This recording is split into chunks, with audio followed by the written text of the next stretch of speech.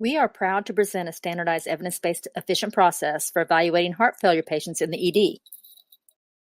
Through research, we know that acute heart failure patients presenting to the ED need an efficient process, including an evidence-based triage pathway and a standardized process of care. Efficiency is very important because every hour delay in treatment in the ED is associated with prolonged inpatient length of stay and inpatient mortality. To make our triage decision evidence-based, we will use the EHMRG score. Those with a risk of mortality more than 1 or equal to 1 are high risk and need admission. Those with a mortality less than 1% are low risk and can potentially be discharged. The risk calculator uses easily available patient variables. Patient vital signs plus 3 lab values gets auto-populated into the calculator. 3 other variables are manually entered. There is a wide variability in heart failure admission rates. Some physicians admit up to 65% and others up to 100%. Through the CODE heart failure pathway, we hope to offer standardized care for all heart failure patients coming to the ED. Therefore, to achieve efficiency, evidence-based, and standardized care for all patients with a history of heart failure coming to the ED complaining of dyspnea, they should be treated through the CODE heart failure pathway. It is important to point out that all patients with the history of heart failure and complaining of dyspnea must have the CODE heart failure order set ran. However, it could be a PE, the flu, pneumonia, or something else. The provider will determine if Lasix is appropriate. Remember the rule of 2 to run the CODE heart failure pathway. 2 inclusion criteria to activate the order set: history of heart failure and dyspnea. 2 steps to start: activate the order set and talk to the MD about heart failure diagnosis and Lasix. If heart failure diagnosis is confirmed, 2 steps to proceed: rapidly send lab work, and when lab work is resulted, go to the ED narrator to calculate the risk score.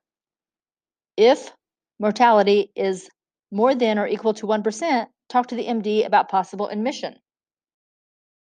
If mortality is less than 1%, observe for symptoms improvement and talk to the MD regarding possible discharge. Show the CRAMES video while waiting for the symptoms improvement. 2 steps for discharge: provide patient heart failure specific handouts and set up outpatient follow-up by calling this number.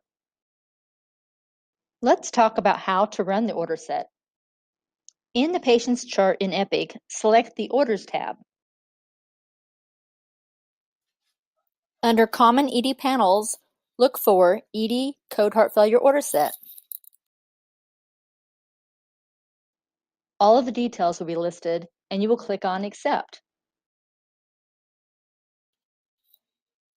As soon as you verify that the patient has documented vital signs and results for creatinine, potassium, and troponin, you're ready to calculate the risk score. Go to the ED narrator.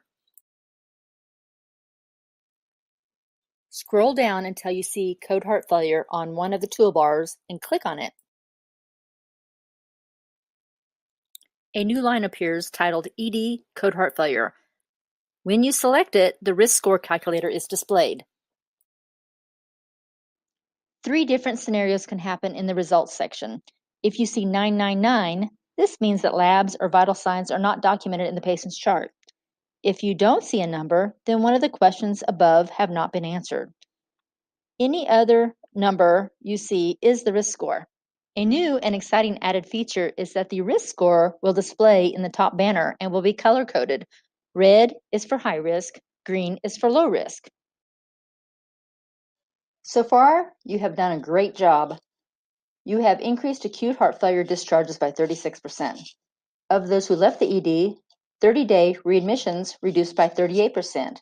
You also reduced hospital short stays by 48%. Most importantly, the average stay in the ED for CODE heart failure patients reduced by 48 minutes and increased 7-day outpatient follow-up by 21%. Your hard work is paying off, and please continue to do the great work. If you have questions, please contact the ED champion in your department, or you can email directly to our team at codehf@stlukes.org. Your feedback is important to us.